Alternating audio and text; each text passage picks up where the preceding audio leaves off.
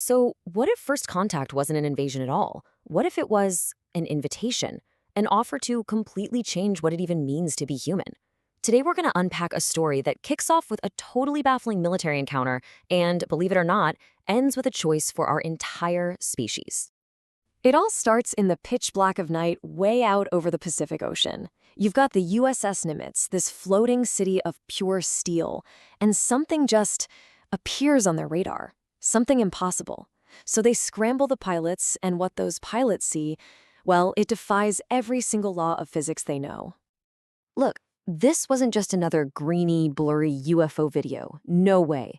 This single encounter became the spark, the catalyst for a massive global investigation into a phenomenon that was so much more complex and, frankly, a whole lot more terrifying than anyone could have ever guessed.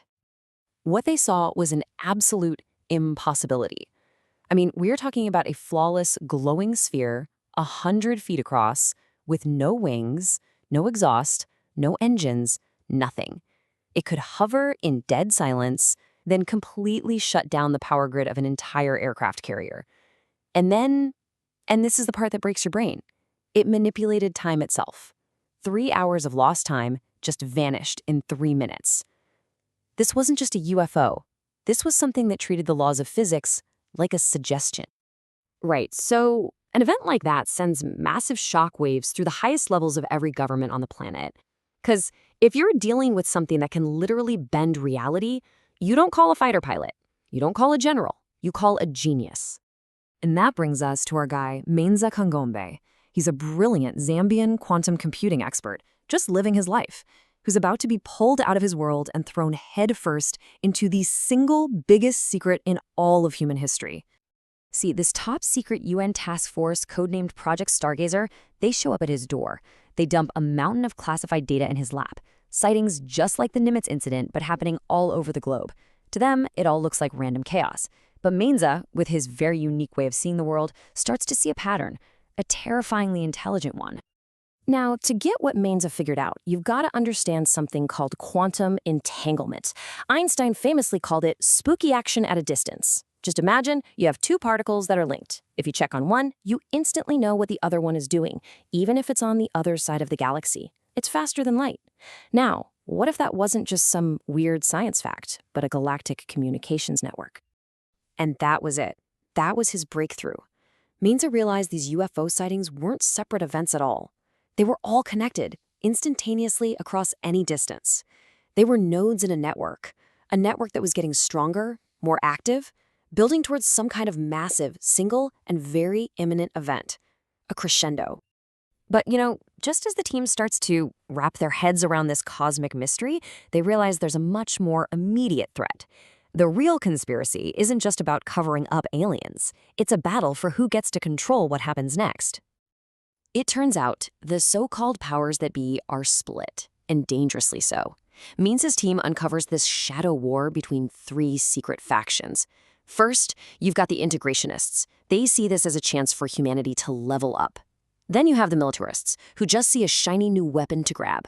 And finally, you've got the suppressors, who are absolutely terrified of the chaos this truth would cause and will do anything to keep it buried. And just like that, Project Stargazer is no longer a government-backed task force. They're fugitives. Their funding gets cut, their lives are threatened, and now they're being hunted by the very same shadowy groups that are supposed to be protecting the world. So they have to go completely off-grid and continue their work in secret. Okay, so they're backed into a corner. They've got human enemies closing in on one side and this massive alien clock ticking on the other. Mainza's team decides they can't afford to just sit and wait to be contacted. They have to do it themselves. They're about to take the biggest gamble in human history. So what's their plan? It's a device Mainza designs called the Quantum Resonance Engine, the QRE. It's built to essentially hijack the aliens' own communication network. It's like they found the secret radio frequency the entire universe uses to talk, and they built a microphone. The plan is set. They tune the QRE to the exact frequency they've mapped from all those sightings.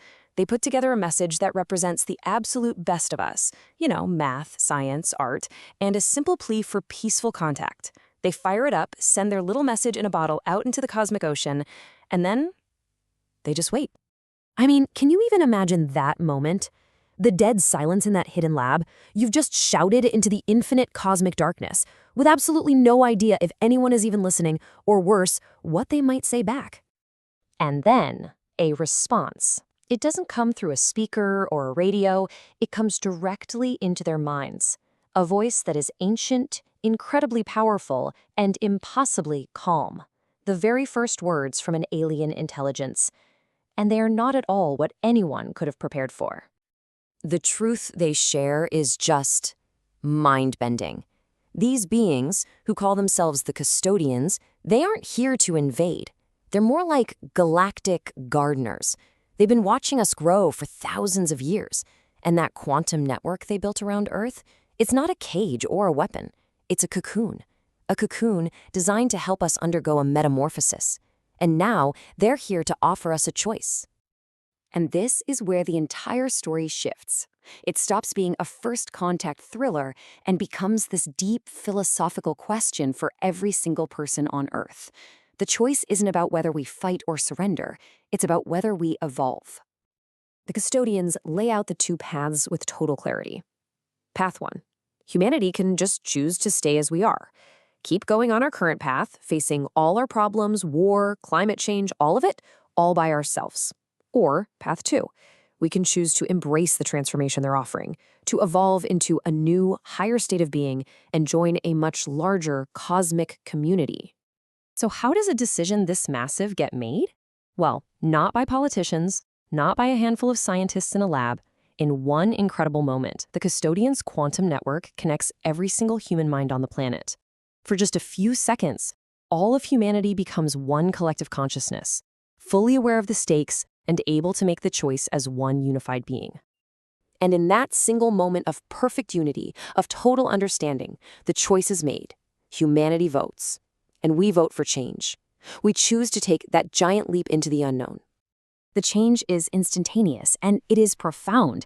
Consciousness just expands. New abilities tied directly to the quantum field begin to emerge in people. And all the old fights, the borders, the conflicts that plagued humanity for centuries, they suddenly seem so small, so petty, completely meaningless in this new shared reality. With their job done, the custodians leave humanity with one last, empowering message. They're not our new rulers. They're not our gods. They just opened the door. Our future, what we do with this new existence, that is now completely, 100% in our own hands. So humanity has been reborn. We're not just a species from Earth anymore. We are a brand new cosmic species. But with all that godlike potential comes unimaginable new challenges. So think about it. What do you do on day one? What's the very first test for a species that has just completely redefined its own existence?